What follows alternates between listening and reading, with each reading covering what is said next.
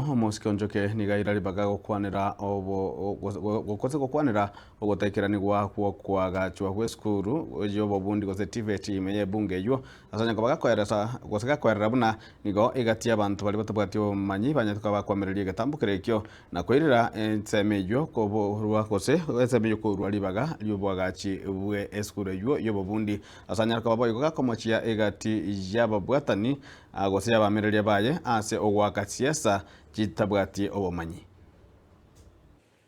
Nikaingia nikazungumza na dayosisi za Ukisi, wakanambia endo mwali na Kilagolio, sikiza vizuri Kilagolio, tagarabia Kilagolio uko hapa, sikiza vizuri.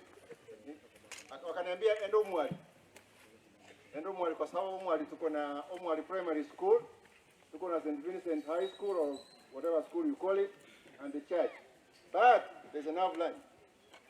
Tuone beacon zimefika wapi, ndio tutoe shamba kidogo tutengeze TVET. Unanielewa? Nikaenda Omwali, tukaitisha mkutano wa kama huu, public participation. Na wakati huo Tobiuka akatuma mwenzake alikuwa anaitwa Ngiraini kamwakilisha, hospitali alikuwepo. Tukazungumuza ikaonekana ya kwamba tumeelewana, tuendelee mbele tufanye survey. Mimi mwenyewe nikatoa pesa zangu mfuko, tukalipa pale Kisi, ndio survey ifanywe pale Omwali, tujue beacon zimefika wapi. Haya, nikatuma yule manager wangu Thomas Nyakundi na timu yake, OCPD wa Kisi South alikuwa anaitwa Majinja, hospitali kuweko, na watu wengine wakaenda pale Omwali. Na abantu Omwali mwiwete akasema mmekuja kufanya nini? Mmekuja kufanya survey. Wakasema no way, mwezi kufanya survey hapa. Hospitali kanipigia simu akasema hapa kumekuwa kubaya, we can't do the survey. There was hostility from those neighbors Omwali bami tokera goli no manyetewa hiyo, ndio. In other words, wakafukuza serikali, wakasema wataki TVET. Mwiwete bagateba mbatageti TVET. Mwiwete onke goli njogo bol.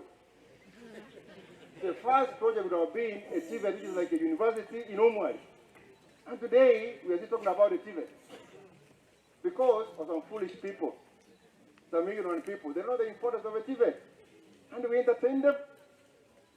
Don't get like that. No, we can't. We cannot be serious. Some busybodies, some foolish people who purport to be knowing things but they don't know anything, wakakata. So tukasema okay, karega ambera mkuigwa na will come back. Today try done all. And you know, these funds don't wait for you. Niko tokanya. Hii pesa serikali haongoji mtu. Ikienda imeenda. Sasa tukisikia watu wajinga tutaendelea kweli? I'm a product of good education. That's why naweka mkazo kwa elimu.